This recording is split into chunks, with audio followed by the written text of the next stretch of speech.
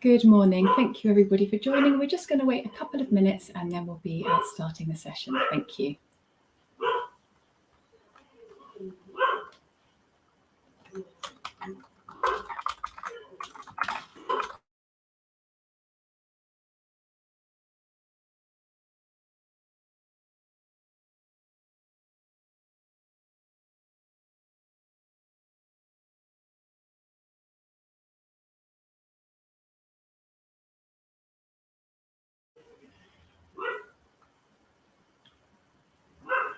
Thank you all once again for joining us. We will shortly be starting the session in about 1 minute. Thank you.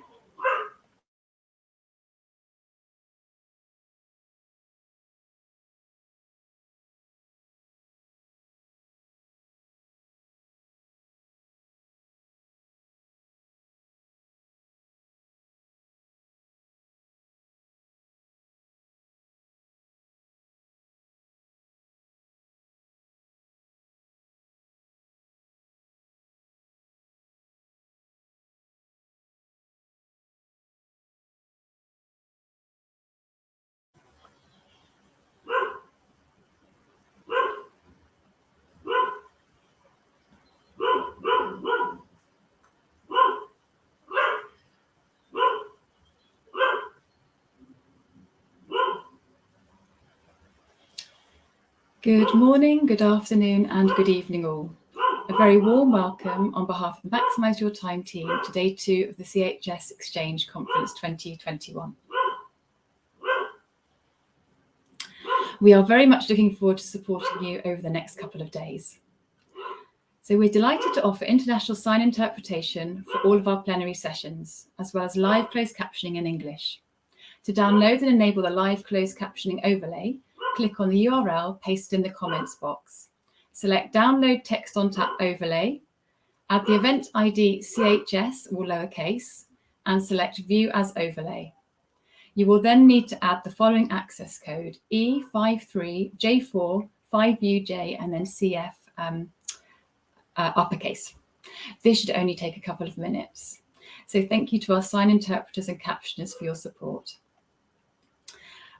Please be aware that the CHS Exchange plenary sessions, our keynotes and panel discussions are being recorded and will be available to watch on the platform shortly after the sessions have ended. And they will also be available via the CHS Alliance website post-event. Please take your time to familiarise yourself with the platform. Everything can be accessed from the main reception area. And our virtual assistant, Tamsin, is available to support you throughout the conference. Please message Tamsin via the event chat box at reception. All of our plenary sessions will take place on the main stage where we are now, and all workshops are taking place on Zoom. Find your chosen workshop on the Stages tab from the reception page and join via the Zoom link in the stage chat. As always, please do tweet about the conference on Twitter.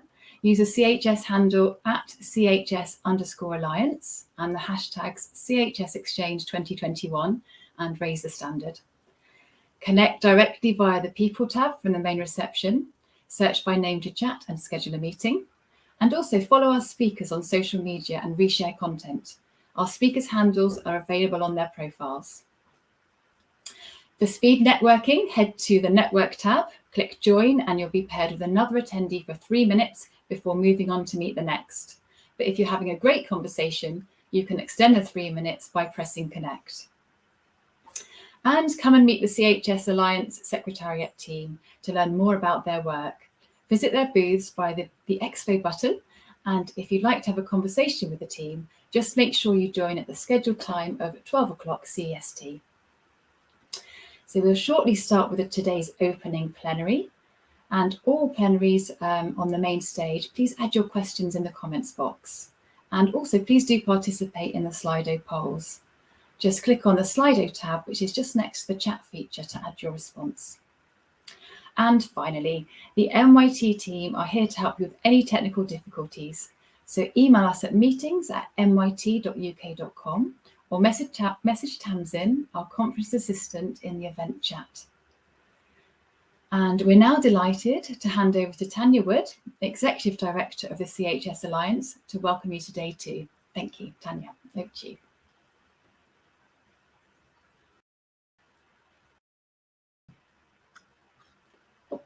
Thank you, Debbie, and welcome to everybody. Welcome to day 2 of the CHS Exchange. Yesterday was a really rich day. We heard some incredible speakers from other sectors who've adopted the powerful position of nothing about us without us, which has guided their work to meet people's needs. We also learned a lot about positive progress that is being made in the humanitarian sector to meet this same commitment, including, of course, the value of the core humanitarian standard. I hope you found the conversations yesterday stimulating. I hope you learned something new and maybe also met somebody new at the networking sessions. Yesterday's theme was leadership by the people themselves. Today we'll focus on what we can do to shift the power to bring about that more people-centered approach. To kick off the theme this morning for the opening session, I'm really pleased to shortly be joined by the other 2 copyright holders of the core humanitarian standard. We have joining us the Director of Groupe URD, Veronique, as well as the Director of Sphere, Balwant. The CHS is co-owned by these 3 organisations, Sphere, Groupe URD, and ourselves, the CHS Alliance. And we're joining together today because we're at a really exciting and important time as we start the process for the first CHS revision. The process has been worked on this year and will get underway with lots of consultations with many of you who are joining us today next year in 2022. The revision process is going to be a key opportunity for the humanitarian sector and others to reconfirm the commitments that we've made to people affected by crisis.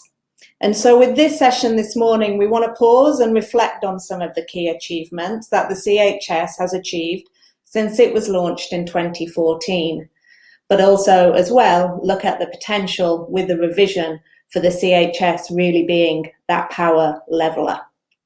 So let me now hand over to our excellent facilitator, Stanley, who's going to guide us through this session. Good morning, Stanley. Good morning, Tanya. Thank you for that warm welcome. As you all know, that the CHS was launched in 2014, and it's great to have 3 of the copyright holders together today to help us reflect on where have we been, what has been achieved to date, and to look ahead to this exciting process of revision. So firstly, let's look back. I will ask each of the speakers in a minute to tell us what they think are the most important things that the CHS has achieved to date. But before that, I would like to ask the audience for your views. So on the screen now, you will see a poll question, and I invite you to respond to this by clicking on the Slido tab next to the chat box or by using the QR code on the screen. So the question that I would like you to reflect on is, what do you think has been the most important thing that the CHS standard has achieved to date?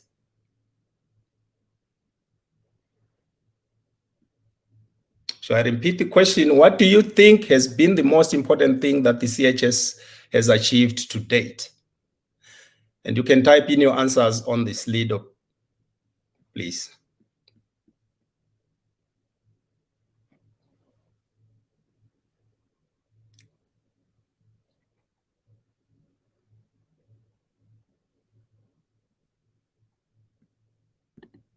See, some answers are coming up. So raising awareness of the need to people affected at the heart of everything we do. Verification becoming normal practice. Awareness of the importance of quality and accountability, bringing together accountability experts, and harmonizing and giving direction, expectations across the sector, Okay, so we have a few answers coming up. So now let's hear from the views of the 3 copyright holders. We would like to invite you to all join me on the main stage. So let's start with Veronique. Veronique, what are your comments on where have we been with the CHS standard? Hello, hello everybody. Thank you very much, Tanya and Stanley, for giving us the word, and let me share with you some ideas. So Tanya asked me to share some key findings about recent research we've been doing at Groupe URD. And in fact, before coming back in a second step to what the CHS has achieved, I wanted to share with you some of the key recent research we've been doing on more global issues related to the humanitarian sector. So in fact, one of the key areas of research we have been working on is the issue of adaptation of humanitarian aid to the effects of climate change. And what is clear indeed is that humanitarian actors working on the ground are well placed to observe the intensification of the effect of climate change. And we can all see the increasing complexity of the events they cause in all regions of the world, including regions where such events were previously rare or unknown. So in this context, humanitarian actors have applied, and they have to apply lessons learned already from the past, included in the CHS, such as the need to respond to people's need, to decentralize decision-making processes, to overcome silos between development and humanitarian aid, or to invest in preparation and prevention. But what is new in that context is that we are heading to the unknown, and therefore new guidance, new lessons are needed in the face of more complex disaster. Some of them not yet imagined, much less understood. And the COVID-19 pandemic is, in that sense, a good example of the kind of systemic crisis with cascading effects from which we have still very much to learn. And from this specific example, the most important lesson is the strength and the primacy of locally led responses, being formal or informal. Yet the humanitarian sector has to transform itself in order to support properly and genuinely these locally led responses. This is opening a wide range of changes to come in terms of financing, capacities, management structures, partnerships, modalities. Shouldn't we systematically analyze the local response capacity instead of the needs of community? If so, how? Shouldn't we systematically support this local response capacity instead of focusing on responding directly to population needs? And if so, how? But then, what do humanitarian principles mean for citizen-led responses? Do they apply? Are there new principles to add, such as equity, trust, and security? We believe these questions underline the paradigmatic shift to come for the humanitarian sector in the near future to get prepared to the climate change-related crisis. And we are sure that the CHS revision will help the sector to transform itself. Thank you. Thank you, Veronique. I will now pass over to Balwant Sai, Director of Sphere. Balwant. Thanks, Stanley. I wanted to touch on the importance of CHS for humanitarian standards. So the CHS is one of the 3 foundation pillars for Sphere and also other humanitarian standards. And the other pillars are the Humanitarian Charter, which we mustn't forget, and the protection principles as well. I think it's always worth reminding ourselves that the core humanitarian standard describes essential commitments for accountable, effective, and high-quality humanitarian action. On the other hand, the Humanitarian Charter provides the ethical and legal basis of humanitarian action, and the protection principles set out how to protect people from violence, avoid causing harm, and ensure access to impartial assistance and assist with recovery from abuse. Now, you wonder why I'm describing this. I'm describing this because the CHS now forms the foundation for all the humanitarian standards which are within the Humanitarian Standards Partnership. Now, the Humanitarian Standards Partnership consists of Sphere and 6 other standards, plus the CHS Alliance is now a member of the HSP as well. And it's grown out of the Sphere companionship model, and it was meant to formalize a relationship between Sphere and standards initiatives, which all follow Sphere's process, approach, structure, and terminology. And this is important because I think it makes sure the user has an easy experience in terms of understanding how to apply standards. And the goal of the Humanitarian Standards Partnership is to improve, of course, quality and accountability through consistent and universal application of humanitarian standards. Now, as you've heard from Veronique, and you'll hear from Tanya as well, the 3 copyright holders, as we call ourselves, have very complementary expertise. And we work together, not just for the revision that's coming up, but also outside revision periods, including delivering training and participating in training together as well. So I think the big achievement in relation to the CHS is that it forms the foundation of not just Sphere, but also other humanitarian standards. And I'll tell you about it maybe in the next section. Thank you, Stanley. Thank you, Balwant. And Tanya, could you expand from the CHS Alliance perspective, please? Thank you, Balwant. Thank you, Veronique. So the power, as Balwant alluded to, the power of the CHS is, it's not about us, it's not about the organizations, it's really about the people we serve. And this is why the CHS has been set out as 9 commitments that have been made to the people we work for. So regardless of which institution, organization is supporting them. So if we talk about commitments, we need to talk about accountability.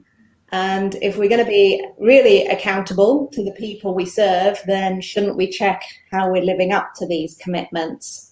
And so where I feel one of the big progress made and achievements is with the CHS verification process. So by the end of this year, we'll have almost 150 organizations that have gone through a CHS verification process.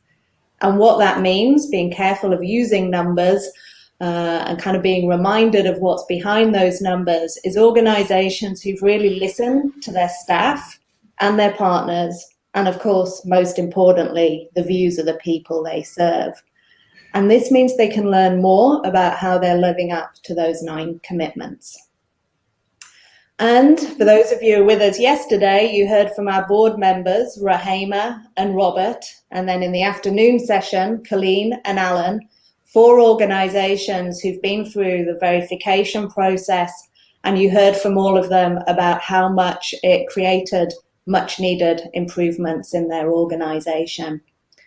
So for ourselves at the Alliance, and for those organizations, the 150 organizations who've gone through verification, as well as for the donors who support this, the accountability to the commitments by doing CHS verification, we believe, is a big driver we have right now for really being able to create that power change around accountability to affected people. And we'd like to congratulate those organisations who've put themselves through the process. And of course, we encourage others to also look at how they're meeting the commitments. Thank you. Thank you, Veronique. Thank you, Balant, and thank you, Tanya. Now let's look at how we move ahead. Tanya mentioned that there is a process underway to update the CHS standard to reaffirm the commitments we are making to affected people. I would like again to ask the audience, what would you like to see addressed in the revision? So once again, go back to the poll and write your answers on the chat.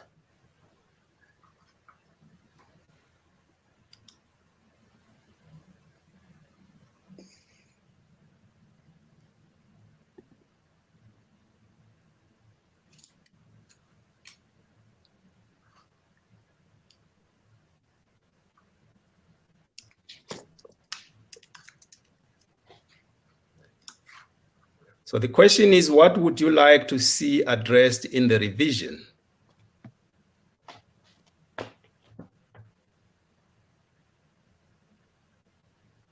Seems like this is a challenging question, or it requires more time to reflect on. Climate change, compliance, and climate justice, more environment, more prioritization between requirements, more practical focus on diversity, and more attention to climate change. So let's hear from the three of you. What would be the opportunities for the revision? So let's start with Veronique. Yes, thank you very much. Interesting to read the comments. Yeah, I think that I have 2 or 3 main opportunities linked with the CHS revision process I wanted to share with you. One is maybe an opportunity to overcome silos again between humanitarian and development actors, to be more inclusive to other sectors such as the private sector or the local authorities, because when responding to climate change risks that are coming, I really think that the aid sector has to embrace the diversity of actors of the social fabric in responding to disaster. So the CHS could be a place where we could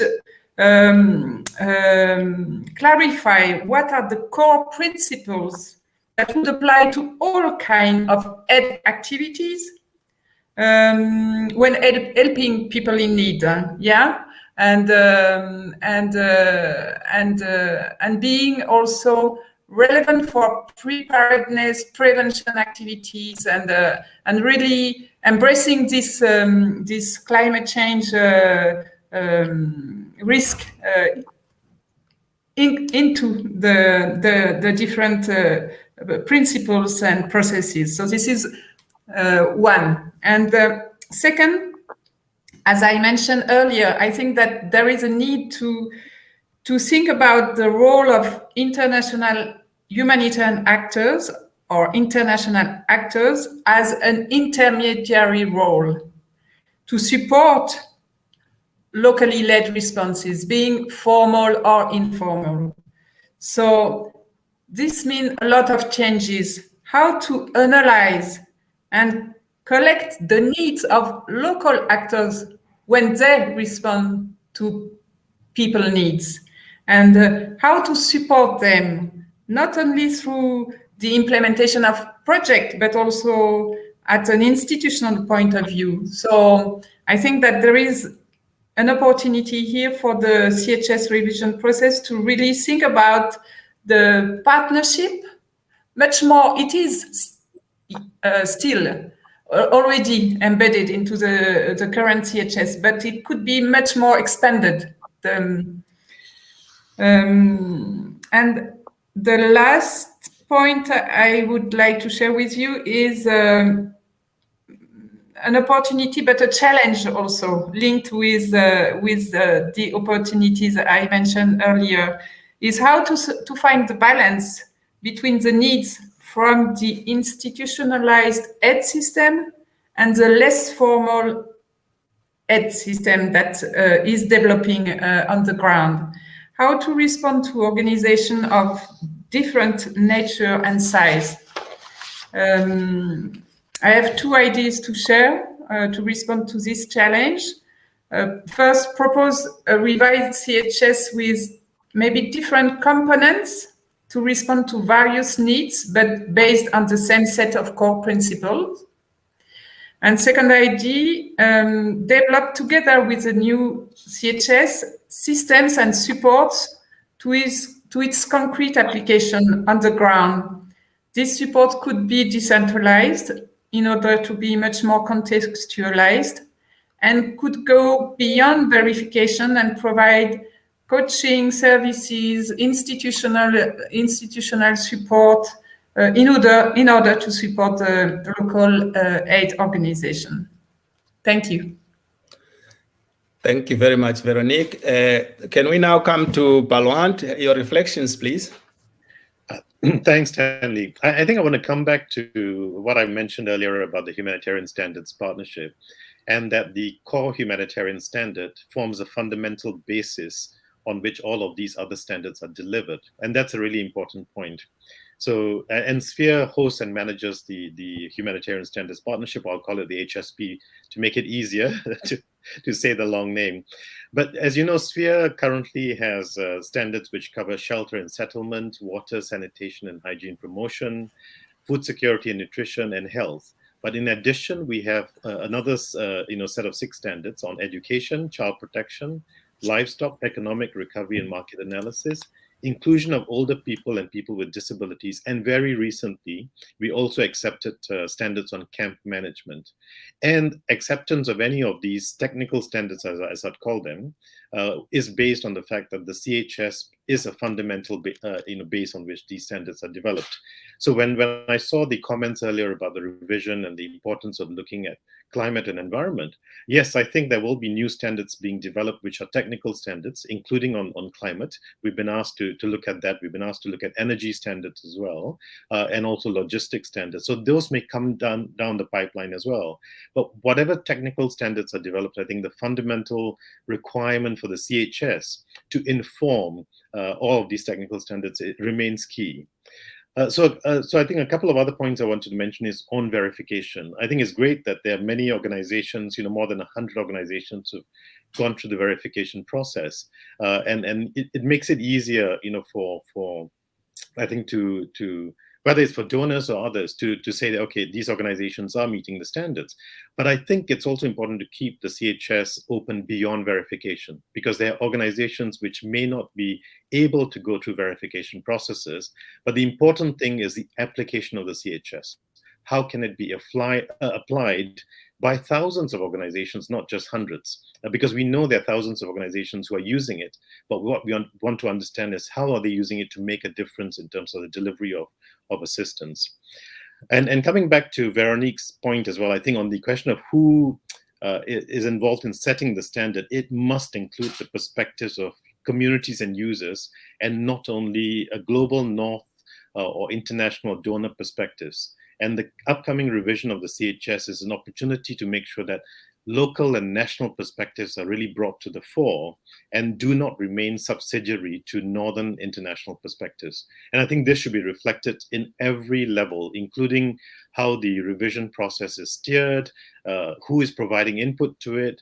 So I would encourage, I think, everyone, at whatever level, particularly at the local and national level, to participate actively, tell us what you think, makes sense, works, because that's how the CHS will be something that will be applied and relevant more widely than it is at the moment. So I think I'll stop there for now. Thank you. Thank you very much, Balwant. And now we come back to Tanya. Your reflections, Tanya. Thank you. Well, they mirror, I think, what Balwant just said. I have, and maybe if I can express it in two hopes for the future of the CHS. My first wish is obviously that the revision process makes sure that we ultimately keep this focused on the commitments that matter to the people affected. Ultimately, it's based on their needs. And as Balwant says, we need to kind of then work from that position. We need to base it on what they need, what they feel are the essential elements of principled and accountable aid. And then we take the other, we manage to see how we reflect that in the commitments that we make to them.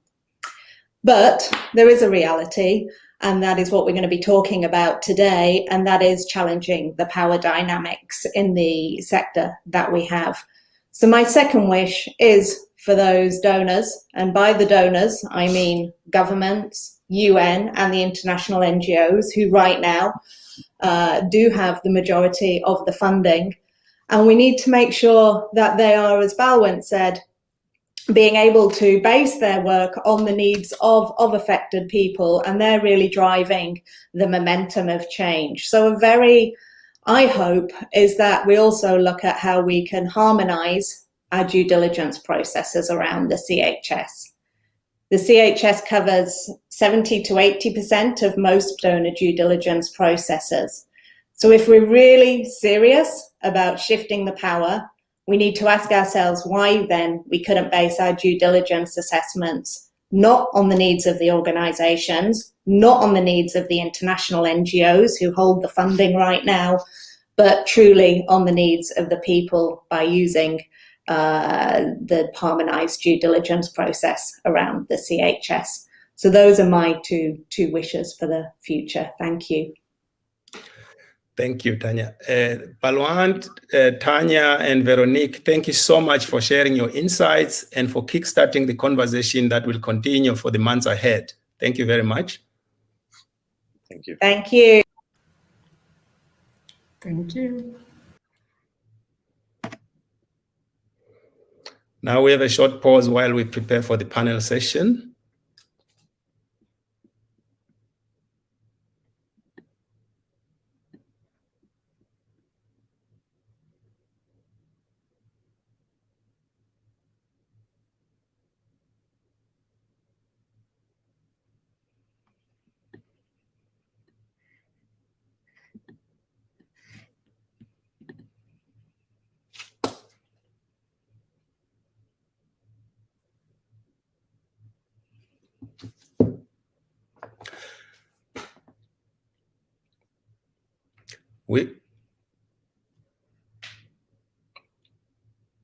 So we will now go straight into our panel session, our panel discussion for the day, during which we are excited to introduce to you speakers from important organizations across the Global South. And during the panel today, we are privileged to host Juliet Donna, Nanette Adekisa, I hope I'm pronouncing your names right, Siale, and Esanum.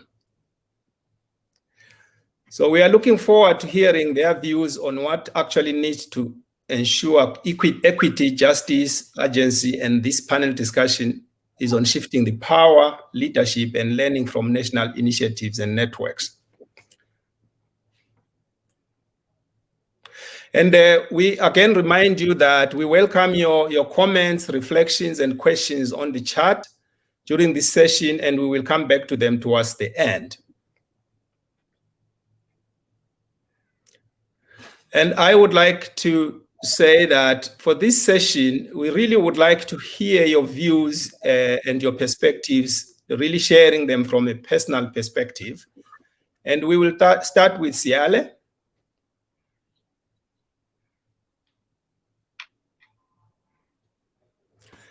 I invite you to briefly introduce yourself and then reflect on what situation in the Pacific, what is the situation in the Pacific regarding local leadership for people affected by crisis?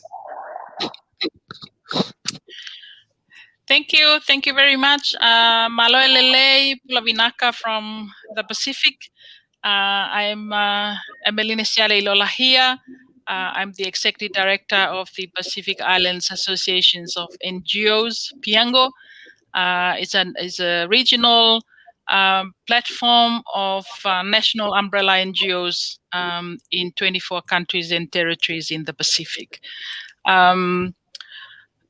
When we have conversations around humanitarian localizations, it springs to light that the traditional humanitarian organizations is not the only players in that scope of work, particularly when our region is faced with the impact of climate change, and hurricane seasons doesn't seem to be coming to visit us in the normal way that we used to.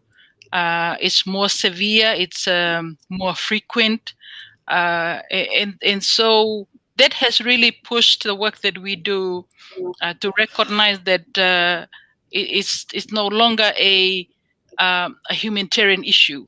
It has to be looked at with a developmental lens when it's so associated, humanitarians associated with the climate and the climate crisis that our regions is faced. But at the same time, in terms of asking questions around what the kind of leadership that we had in terms of the local actors in relations to humanitarian response, we find that because of how the humanitarian sector has been operated in the past, has been driven by funds that are allocated usually to international NGOs, and then you see that they fly into our Pacific countries, support in whatever they do in during response, and then they fly out. Yeah, and then our local communities and our local civil society pick up the pieces, because we all know that response to humanitarian work, it's just the first 3, 4, 5 months. Yeah, the impact of that is much more deeper, and so this has really bring to light what we had been looking at in terms of how can we change the kind of work that we face in terms of the humanitarian response, so that the people that are affected by the crisis is part and parcel of the decision making, is part and parcel of deciding how we should respond, part and parcel of making sure that the system works for them.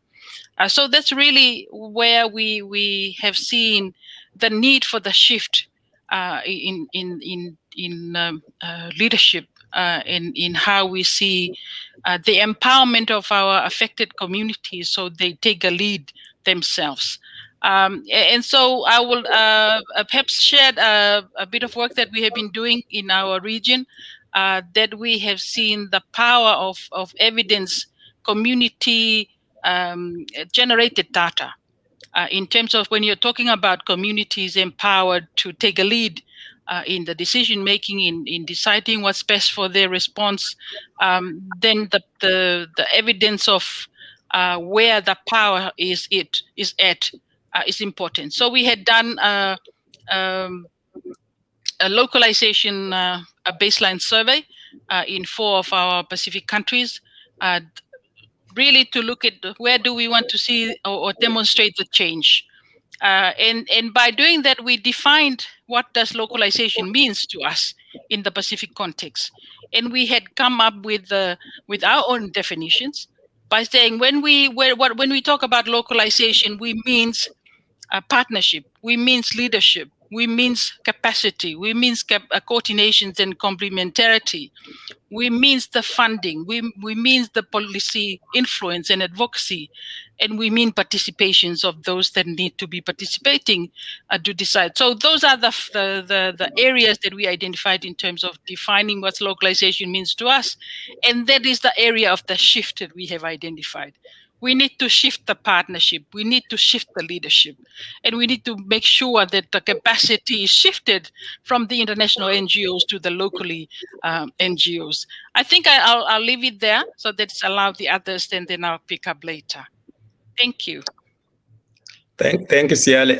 It will be interesting to hear more about what you see as progress to date based on what you have just outlined, the definition of leadership and partnership at the local level. So I will come back to that question if we have time. Thank you. Thank you. Next, we will have to hear from Juliet from Uganda. How does local leadership look like in Uganda, Juliet? Thank you very much for giving me this opportunity, CHS Alliance. My name is Juliet Yokia. I work with Community Empowerment for Rural Development, a national organization in Uganda.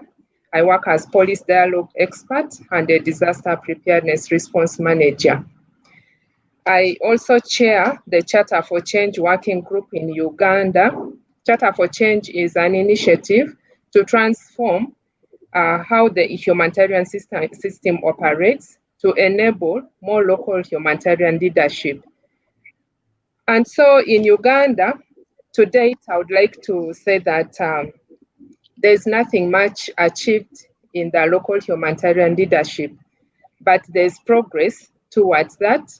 Initially, communities affected by crisis were at the receiving end. Local humanitarian actors were subcontracted by international organizations.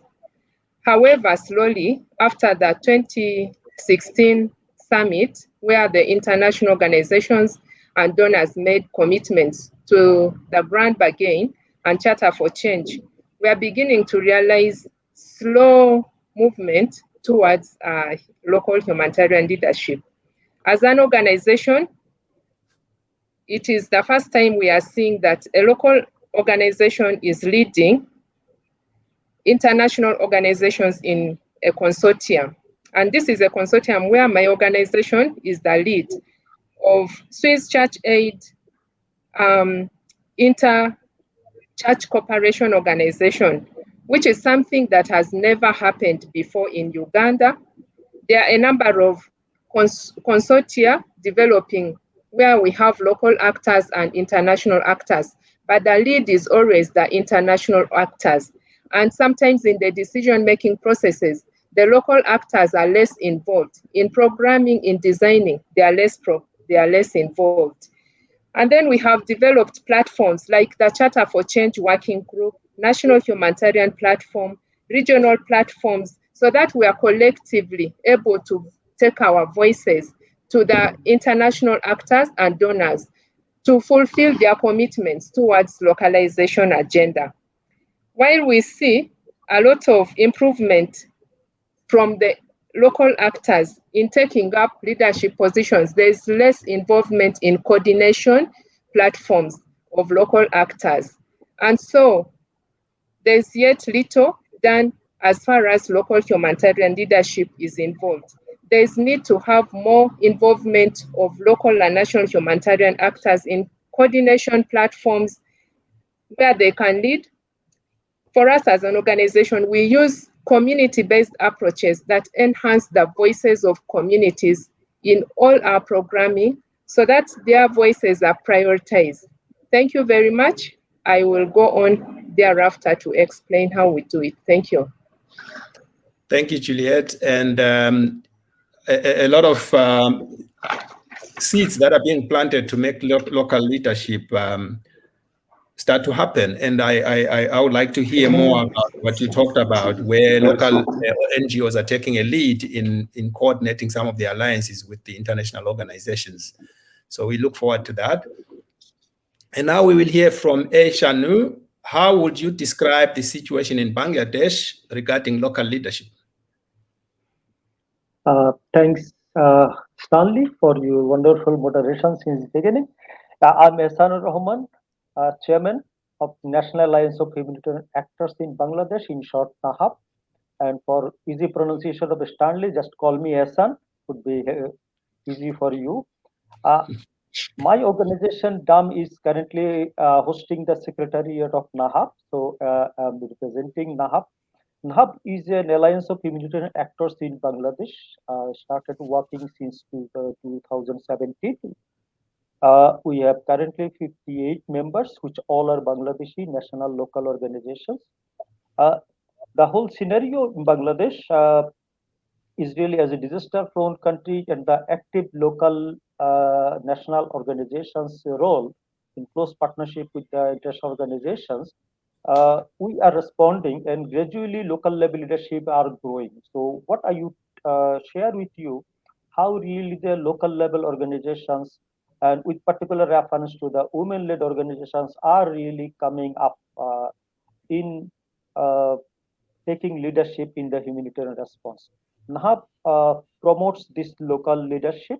NAHAB stands for promoting localization, where we mean is a local level coordination among the actors, is a national, local, the government, so that they can make decision at the local level. So we go more for coordination at the local level, so that the decision making can be taken at that level in terms of allocation of fund, in terms of response, in terms of decision making. Example that I would be sharing with you is one organization in the coastal area, which is a member of NAHAB. They have a couple of examples, like how they really address the farmers during the pandemic for their livelihood support, for leading a consortium of 9 local organizations for Amphan cyclone response. I will be more elaborating on that. And also recently the forecast-based early action for cyclone preparedness.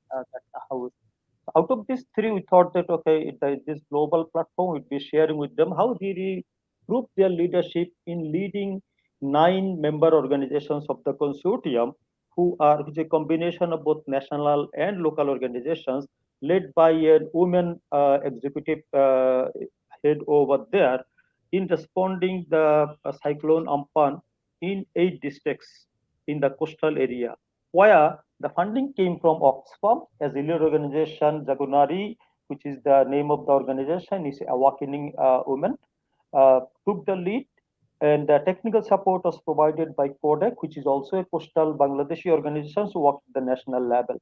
But whole leadership was in the hands of Jagunari, where quickly, if I mention the name of the acronym of the organizations in the consortium: ABAS, NSS, SDA, DOCAP, Onesha, Sangram, Shankopro Trust, Sushilon, and Crescent, Jagunari in the lead. The response was between January to March. It was a 52 days response, where they could reach through distributing among the areas among the consortium members, and in a coordinated manner they could conduct a household survey, they could cross-check, they could finally work with the local government to verify that, and they could reach more than 7,000 people, affected people, through this coordinated response. So this gives us a good example. We have many more examples in Bangladesh in the current scenario, where the local leadership, the consortium led by local organizations, consortium led by Bangladeshi organizations, international organizations have been the consortium member. They could prove the faster response, real-time response to the affected people. And the other example of local leadership scenario in the country, NAHAB become member of the HCTT, Humanitarian Coordination Task Team, which is earlier it was only by members limited to the international organizations in UN and the government. So this is also a testimony that how really the local national organizations' potentialities are being taken care of, recognizing their capacity, and also ensuring that the services to the people goes with you, ensuring the quality and their needs. I stop here. Thank you very much. Thank you, Esa. So from your reflection, I hear that having local-led initiatives is increasing reach and is increasing access to the people that are affected, and increasing the speed with which they get a response. And I would like you to expand on that as we move forward. But now I want to come to Nanette. Could you please reflect on how the situation is on local leadership is like in the Philippines? Yeah, thank you, Stanley, and good day, everyone. Yeah, in the Philippines, after 5 years since the World Humanitarian Summit, I would say that yeah, somehow, although there is still a need really to work on to improve local leadership, but we already can see demonstration and also have clear recommendation how local leadership in humanitarian action should look like. The country-level dialogue on localization that we have conducted in the past 6 months, led by ECOWEB with Alliance for Empowering Partnership in cooperation with OCHA and Oxfam, did reveal the ideals in the mind, not only in the local humanitarian actors, but also among the communities on how local leadership should look like. One recommendation highlighted during the dialogue process was people affected of crisis also would like to be treated as partner and not just as passive recipient of aid. Similar aspiration, of course, was shared by all local and national actors during the dialogue process. They all are wanting equal or equitable partnership with international or funding agencies. They value complementation of capacity and not one-way framework of capacity development. They all wish to see financing not only address the humanitarian needs of and as prioritized, yeah, but affected people. They all wish to see an empowerment humanitarian aid that would address also the root causes of disasters and crises that may be done effectively through nexus approach. They wish a humanitarian standards contextualized and to see more locally led coordination mechanism that is also effectively coordinating with the government so rights and dignity of people affected of crisis is upheld. PSOs in the country have also demonstrated the different approaches on local leadership. Well, for ECOWEB, our organization, we continue to promote with our network called ClearNet. We continue to promote and demonstrate on the ground the importance of leadership of the affected people of crisis. Through this approach called survivor and community-led response. The ECLR process, in this process, we do not treat the affected people as victims, but survivors, considering that they have capacity to help themselves and believing that they are capable also of leading the process of humanitarian actions in their respective communities. We see the importance of community leadership to ensure that humanitarian actions are accountable and responsive to the priority needs as defined by people, while we are also mindful of their capacity in upholding the rights and dignity of the population in their communities. And also to make the affected people part of the solution in the feedback mechanism. In the Philippines, a group of networks are also happy to become part of the development of the newly launched Loop digital feedbacking platform that we consider to be relevant, especially in this time of pandemic when access to digital communication is important. Yeah, we consider that important for ensuring inclusion. And we do not only participate in this platform, but we take it upon ourselves, the national leadership, and in ensuring that we make this technology to Loop truly serve the needs of the people on the ground.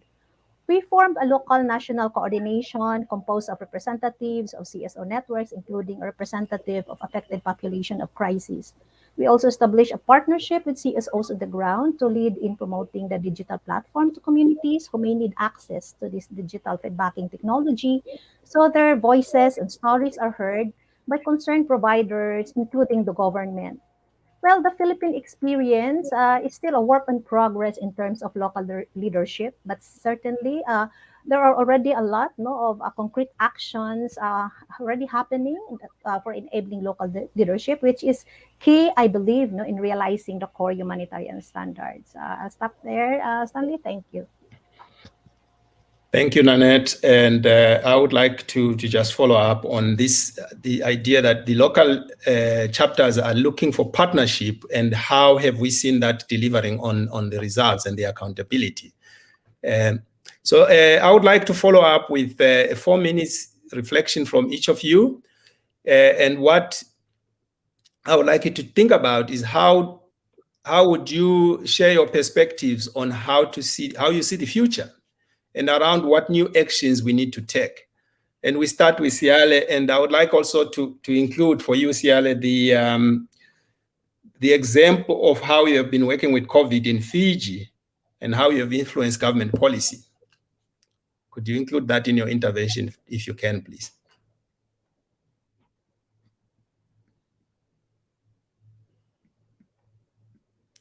Siale?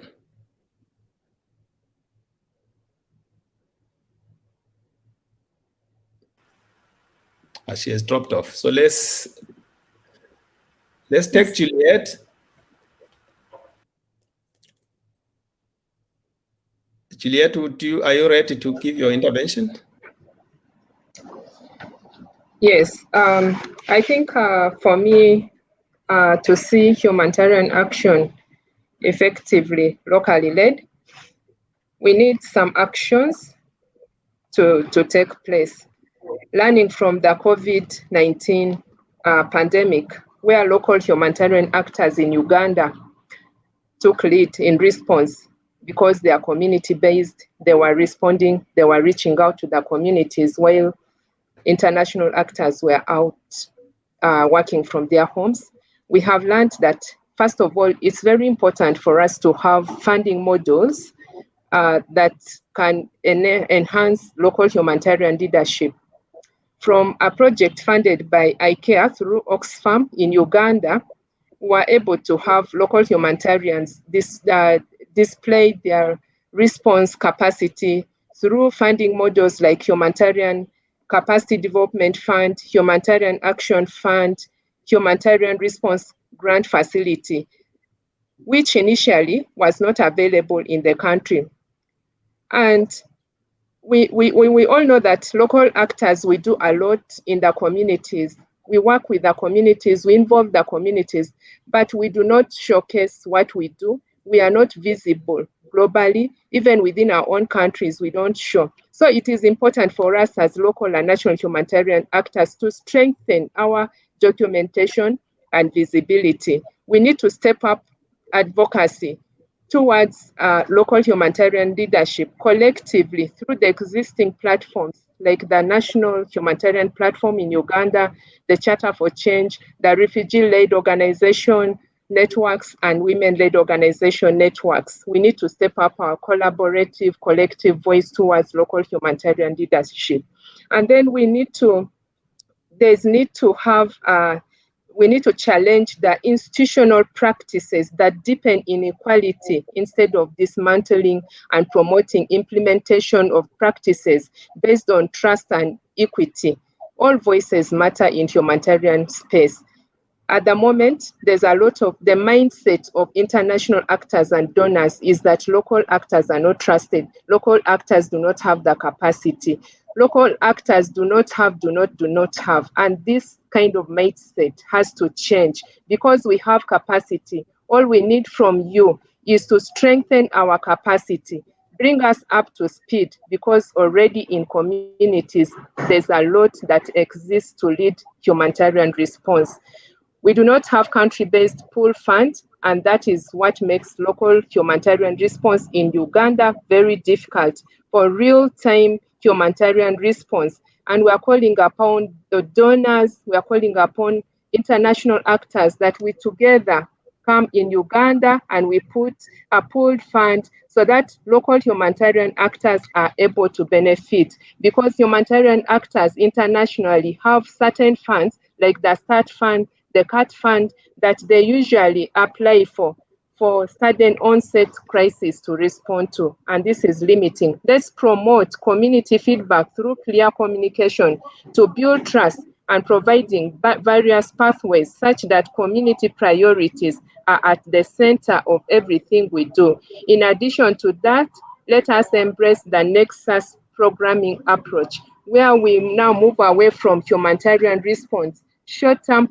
projects, and let us embrace the Nexus so that we're able to have both the development and humanitarian. Just like the first speaker mentioned, Veronica mentioned this, that now the issues do not need just us to program humanitarian response. We would also like to call upon our donors that let us change the processes of due diligence. Some of the assessments are very rigorous. They are so frustrating to local and national humanitarian actors. And this is so frustrating that to the extent some of the local community-based organizations are not able to benefit from funding from international organizations, but also from the donors. These are some of the challenges. We need equitable partnerships where all of us, all our voices matter, partnerships that are complementary, partnerships that are based on trust, partnerships that are equitable. For us to achieve equity, justice, and urgency, there is need to address the inequalities and power imbalances in decision-making processes so that we are able to achieve the shift in power. Thank you. Thank you, Juliet. Siale, you dropped off. I hope you can hear us now. Would you like to reflect on what is needed in terms of the future and what actions do we take and we take? Yeah, you dropped off. I hope you can hear us now. Would you like to reflect on what is in terms of the future and what actions do we take? Just a quick note, it might be worth, Siale, turning off your video so that we can hear you. Hello, can you hear me now? That's Yes. better. Thank you.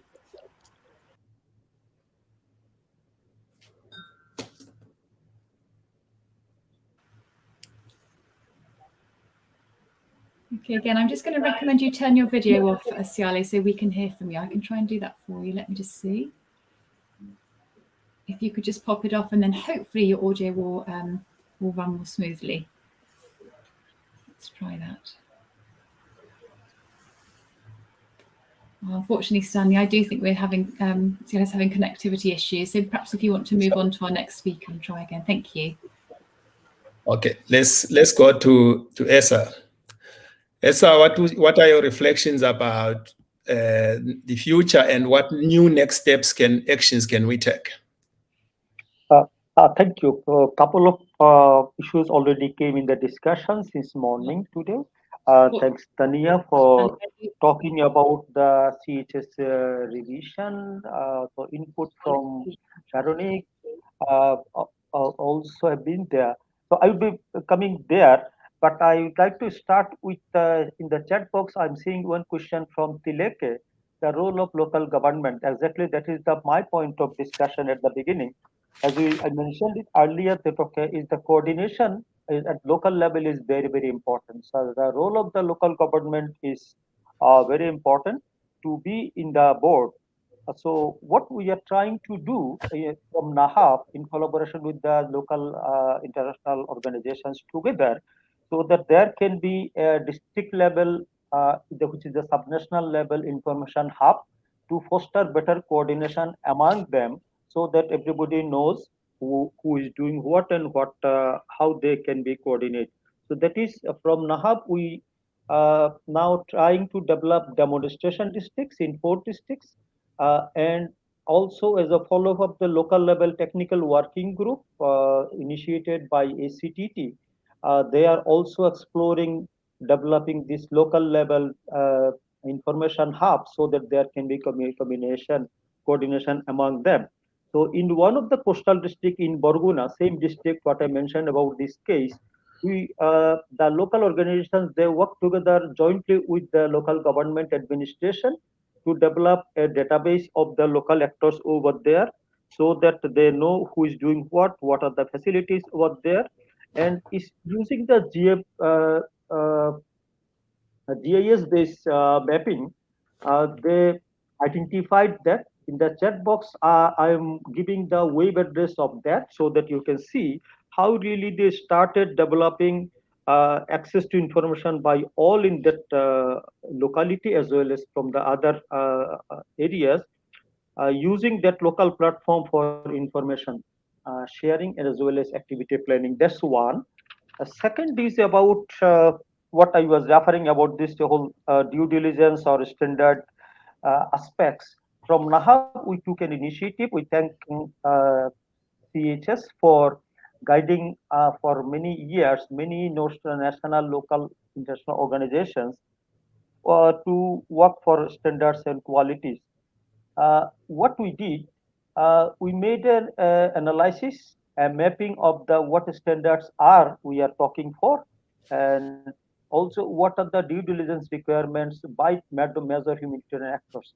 We made a mapping, and we see the potentiality of harmonizing the due diligence on which we have been talking in national, international forums. And also, I'm very happy to see that this issue also been discussed, and in this CHS Exchange program, harmonization aspect came. So this harmonization, how that is possible, we from national perspective, from local national perspective, we are trying to develop that mapping, and we'd be happy to work together. Along with that, what I would be as a future options, we are seeing that the for the district level faster action planning for action for reaching the affected community, the local level pool fund is important, so that they can access, they can mobilize the fund, they can also make decision at the local level for allocation of the fund as well as reaching. We are trying to, from NAHAB, we are trying to develop that in closely working with the private sector in that locality, as well as with the government in that area, so that everybody can contribute in terms of developing the mechanism, in terms of how to maintain transparency, accountability, and how to decide about this well management of this program, so that this can be not only be in one of emergency scenario, it can also contribute to the nexus for the recovery as well as way forward action. In one district, they already developed the mechanism in Shirazganj, which is a river erosion prone area, flood prone area, where they developed this mechanism, and they are now sharing this experience with the other potential uh, areas where this can be replicated. So this local level availability of the pool fund can be another future options for us. We closely work with the Start Fund Bangladesh. This is my last point. We saw that there is a potentiality of increased access by the local actors through this sort of full fund mechanism. And our study finding shows that, okay, the more fund allocation arrangement can be made at the local level, the more the local organizations, national organizations can have access to there, not only for receiving fund as well as for administering the fund. So these are few future options we are seeing for discussion. I hope this will be more discussed in the next deliberations of this conference. Thank you. Thank you, Esa. Let's go to Nanette. Your reflections on the future, Nanette, and the new actions that we need to take. Yeah, thank you, Stanley. Yeah, the country level dialogue process that I have mentioned that has just been conducted in the Philippines have highlighted the urgency really to address power inequities and the call for equitable and long-term complementary partnerships between local, national, and international actors, as opposed to the currently still more widely practiced subcontractual arrangements.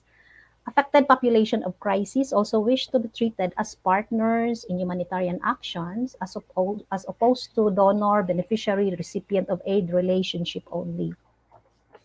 Suggested changes to improve relationships include depoliticization of aid, promoting complementarity instead of competition among humanitarian actors, and to enable local or community leadership to ensure an effective, efficient, and accountable services are provided to affected communities of crisis. Well, I think these are really like these aspirations are actually also that's really part of or the center also the core humanitarian standards that we are all advocating here. Traditionally affected communities are we see just seen as victims and recipients of aid. However, the localization dialogue process we conducted in the Philippines revealed that affected communities really, as I've said, really wish to be treated as partners. They express the need for contextualizing humanitarian action to make it culture sensitive and ensure participation and empowerment of the affected population. Bottom-up or community-led approaches, no? We consider as more dignifying and that ensure inclusion of the most vulnerable in the humanitarian action processes. I think this is also like the point shared by Tanya, no, earlier, that we really need to focus our commitment, no, to matter to those that matters most to the people that we serve. So and this is also the feedback that we gathered from the community during the dialogue process. The real-time digital feedbacking mechanism that we have launched in the Philippines, the Tuk-to-Loop, is also viewed by those who have tested and used the digital platform as an enabling mechanism. The platform has been, is tested currently in few countries, including the Philippines, and we see that it allows the affected population to communicate to humanitarian actors, including donors, anytime. And that platforms also ensure closing the loop by facilitating the communication between the feedback source and the concerned agency. But of course, feedbacking platform like Tuk-to-Loop and other platforms also needs buy-in, no, and support from humanitarian actors currently, all local actors. So we have 40 organizations committed to this, and there are a number of networks, all local actors again. So it just showed, no, the commitment of these local actors, and we just really hope, no, that through this kind of platform, open platform, we hear more the voices, and that international UN and donors would be really supporting this. The country level dialogue process guided by the 7 dimensions of localization framework calls for the rights and dignity of the affected population to be made at the center of the humanitarian action. Communities of the disasters express that humanitarian standards implemented by agencies should be contextualized, as I've mentioned, and processes and actions should be made transparent, participatory, and well coordinated. And this I also I would like to mention, it was also highlighted that the people on the ground and local actors wish that coordination also be done effectively with the government. Also to avoid creating conflict in the affected communities. They also express wanting to be engaged, in the process. This also validates somehow the relevance really of the CHS standards that we are advocating. And I believe, the CHS standards that we are discussing to be realized on the ground, therefore, it really entails change of behavior, mindsets, systems, and practices of all actors. Local leadership has to be enabled, and those in power and in control of resources, the funding, can certainly make this change happen if they so will, as demonstrated by those already enabling local leadership. But of course, we all know, and that has been mentioned, we need trust to enable this to happen. Thank you, Stanley. Thank you, Nanette. Let's go to Siale. What do you see as the future, and also what new actions can we take moving forward? Thank you. I hope that I'm connected properly now. I don't want to add further to the discussions. I think my fellow speakers has covered a whole lot of similarity in the issues that we see in terms of local leadership in the local actors.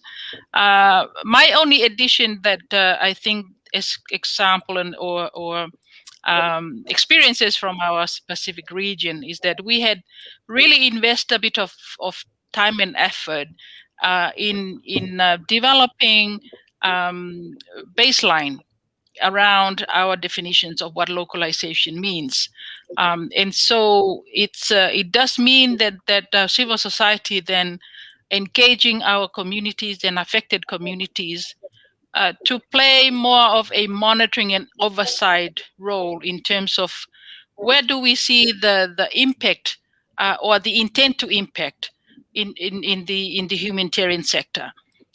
We talk a lot about funding channeled to local actors, but then at the same time we already now see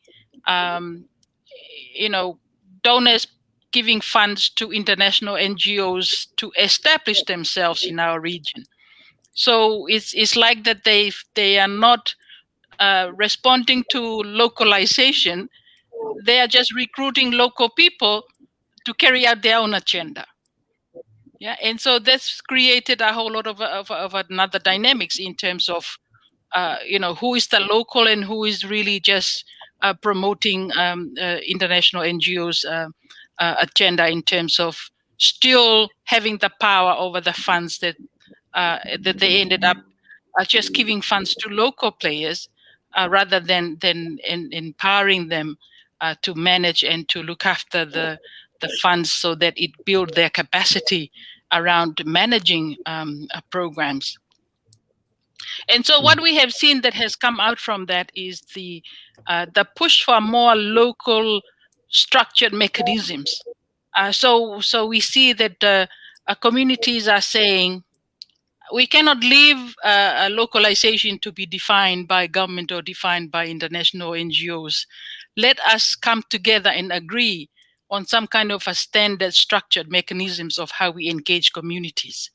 And so we are kind of moving towards that, and it's interesting because it just provides a common platform for different stakeholders to come together and decide, agree on how do we want to see engaging and participating, and what are the common areas that we want to make sure that it's defined the partnership in terms of implementing some of the humanitarian work that support communities. What I have also seen in our region, the impact of COVID-19, where we start to see that restrictions in borders has allow local actors to find their own footing because the international NGOs are no longer around. Yeah, and so that has really provided an opportunity for us here in our region to find a way of like we are given this space to find our own footing and develop what we feel like that is need to be define what the partnership that we want to have with our government, with those that are still around in terms of UN agencies, for example. They play a very critical role, but it allow us, I think, to it has pushed the space so that it's no longer local against international, but really a space that allow us to define our role. The international NGOs, what's their role? The local NGOs, what's their role? The community themselves in terms of how we see. And one of the things that has emerged from that conversation is the recognitions of our traditional systems. Yeah, because we have seen now that people are moving to their villages, moving their communities because of the loss of jobs in the tourism industry, for example. It then shifted the conversation that we had in terms of humanitarian localizations from crisis to a much more responding to crisis to a much more conversation around resilience. So we have seen the change in the narrative. It has pushed us to look at how we respond to crisis from a resilience perspective, and we started to recognize our traditional knowledge, our traditional structures, and how does that means in terms of our recovery, not just to short term in terms of crisis, but in the bigger COVID-19, for example. And I think that's just a few points that I add in addition to what's already being discussed, Stanley. Thank you very much. Thank you, Siale. I would like us to now take some questions from the audience. And before we do that, I want you to reflect on the 3 questions that I'm going to read for you now. Is what have we learned from each other in this discussion? What are the things that you take away from this discussion from your fellow panelists? And what can humanitarians learn from successful initiatives? And then what mindset, behaviors do we need to create a conducive environment to recognize the agency and leadership of local people? So I'm not going to ask you to answer now, but think about them. And as we answer the questions from the audience, if you would like to reflect on these questions, please take the opportunity to do that when you have the mic. So the first question is, it would be great to hear the speaker's view on the role of local government actors. I think it was Esa who already mentioned something on this. Would you like to take that question, Esa? This question is coming from Tileke. Yeah, thanks for bringing this question again. Yeah, I just saw the chat before I start talking.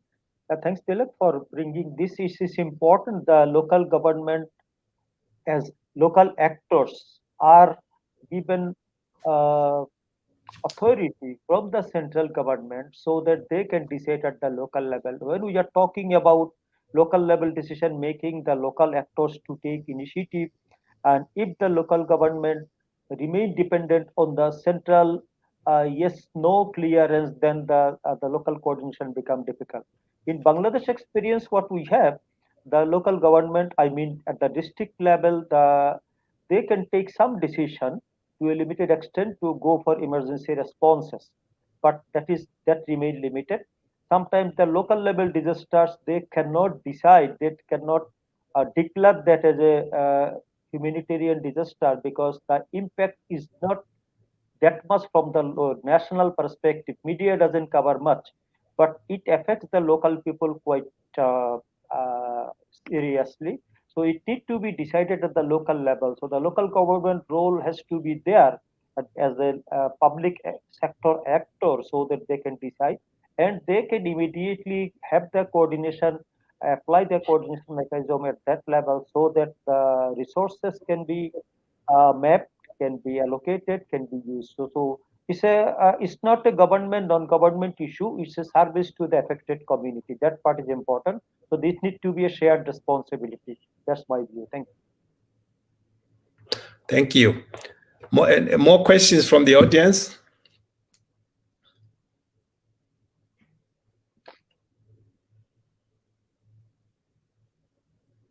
Yes. We would like to, so this is from Bona. We know national and local actors add great value to the humanitarian aid. Do we have any positive examples of recognition of this value from national organizations? What is missing to make that widely acknowledged? Who would like to take that question? Nanette? Yeah, I can take this question. Yeah, I think in the Philippines, well, at least no, we have these strong networks of local organizations and national organizations, and these networks also really facilitate, yeah, this like more voice, greater voice, and also like consolidate actually those learnings and experiences, and also like strengthen like the advocacy like power of the local and national organizations, and through this like a cooperation and networks, and also participation in the platform coordination platform, not only with the UN led but also with the like government mechanism, government coordination and policy making bodies. I think this actually like provided also the agency for these local and national organizations to be like recognized, and I think yeah, so we can actually see in the country like more recognition, like yeah, even us just recently like for ECOWEB, no, we just like also like was awarded no by the government no on our based on our performance, and also like work on the ground. And but I think like in terms of humanitarian action, concrete demonstration of recognition is really like, yeah, providing this like support, and as defined based on the need as defined by the local actors and not by the international. And we can already see this happening also even in our organization. We can already like see this happening, no, like joint like example, like even like a joint planning co-creation with our international partner, and also like trusting us, and more no even in it enabling us to lead the process in like example designing not a program that is that we hope not to benefit the communities even in project proposal. This is actually like sample of like really recognition of the local capacity, and I can cite no that I can say that there are actually a number of this happening already in the country. But of course there is still like much to do, and we just really need also to really like yeah, prove no that the local capacity is really there, and really convince also international to trust more local actors. And one of the important advocacy that actually like was revealed during the dialogue process was locals really would like to have more leadership in the coordination mechanism. So there is even this recommendation that parallel to the UN-led coordination mechanism, local organizations and CS networks believe that a parallel organizations, parallel network coordination mechanism among local and national actors can really help improve the capacity, and also the equal partnership and the equal power with the international. So that there are actually a lot we say indicators that there's already happening, but much more has to be done yet. Thank you. Thank you, Nanette. So let's take another question from the audience. How can international NGOs best support NGOs and local actors, informal groups and movements, etc., in achieving more localization? Who would like to take that question? Siale? Thank you, Stanley. I think that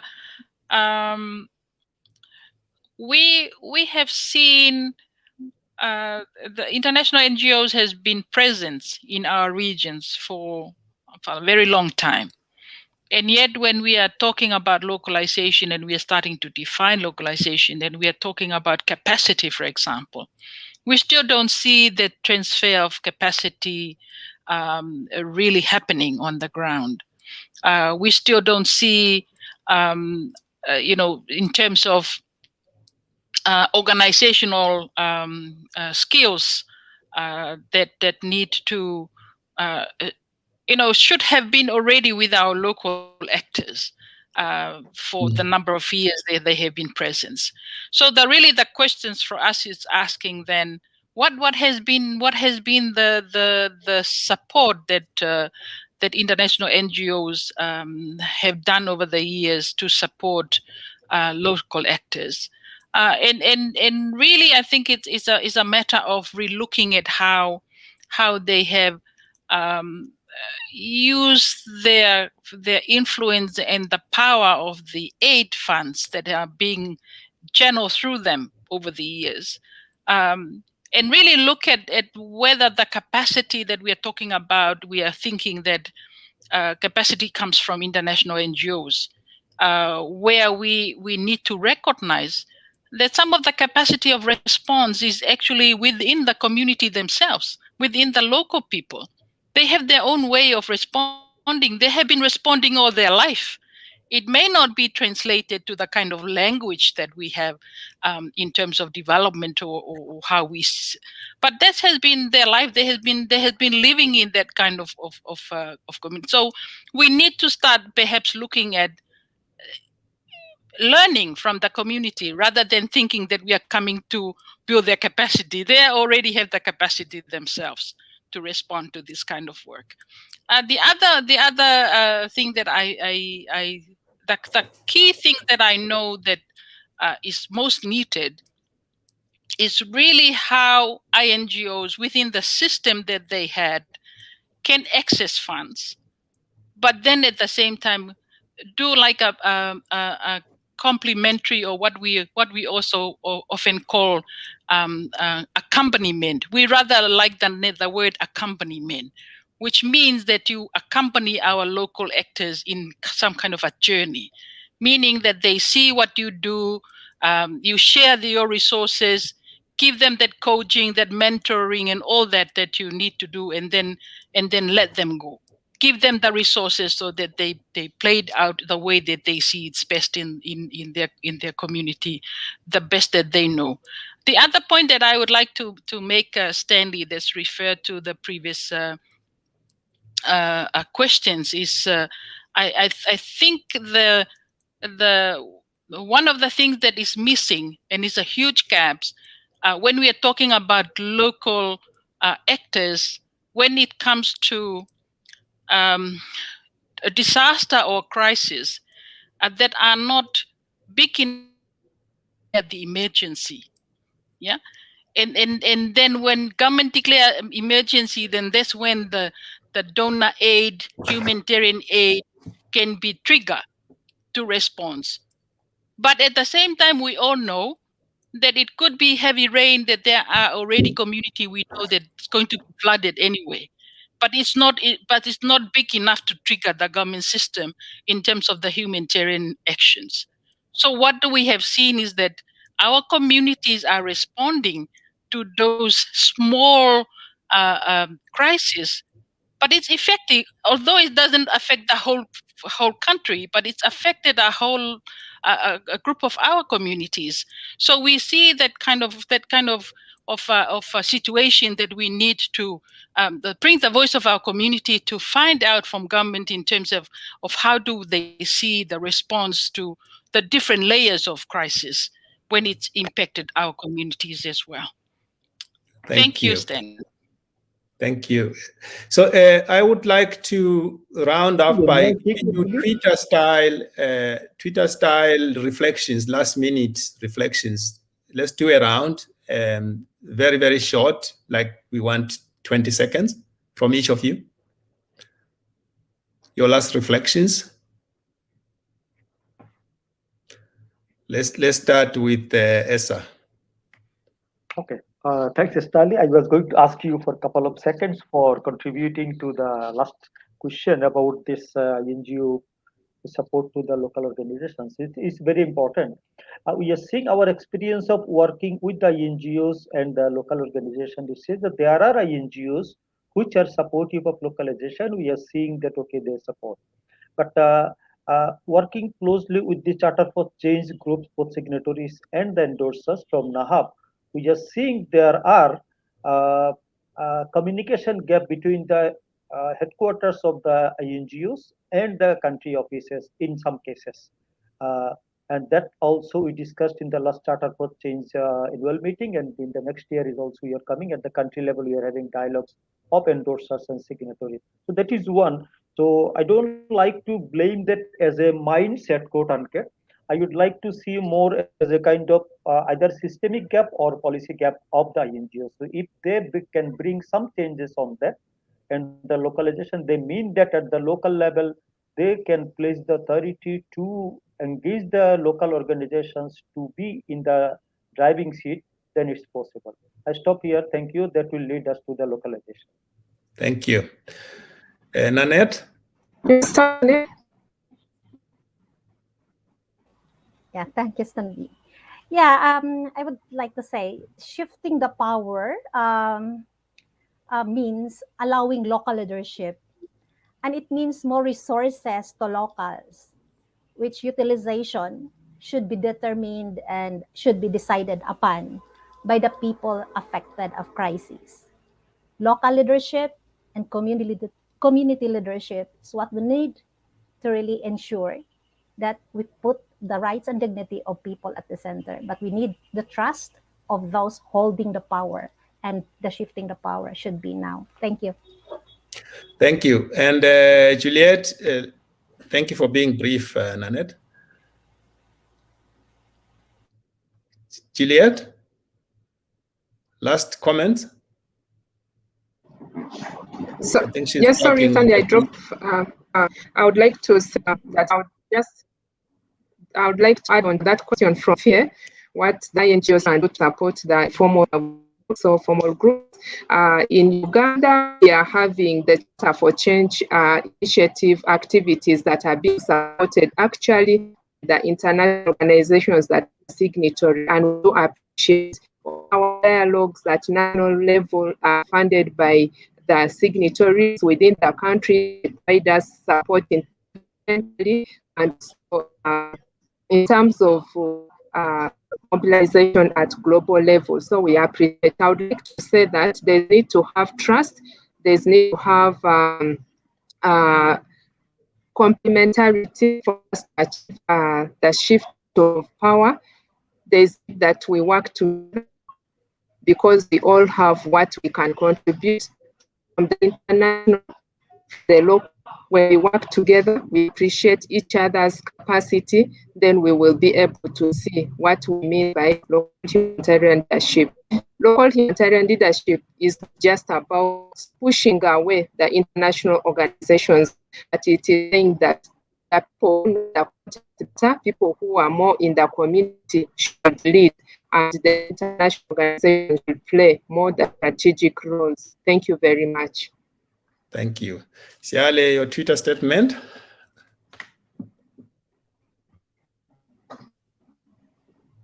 Thank you. My final comment is just to recognize that any shifting in power is a political process. And so it does require a whole lot of a common understanding in terms of agreeing or have the common notions of demanding for that social change. And so what we have seen in terms of having a structured mechanisms in place to engage our community, at the same time have a lot more time to have conversations around these issues. And we definitely will have opportunity to find solutions. Thank you. Thank you. So I would like to take this opportunity to thank all of you for your rich conversation and the contributions you have made to this discussion on localization and empowering leadership for the local people, at the people who are responding to crisis at the local level. Thank you very much. I hope you stay for the next part, which will be the networking part, where we are inviting you to go back into the platform where you can start to network with people. It is a randomized networking, and you will find a link at the reception and on the chat. So the next thing that comes after that is the expo booths that I attended yesterday, which are facilitated by Alliance team members for CHS. And it was very, very interesting discussions going in there and learning more about the CHS. And after the break, we will have workshops, and those workshops you get from they will be on Zoom, and so you will get those at the stage tab. So, and we'll see you back again at the main stage around 14:45, which is 2:45 Central European time. Thank you.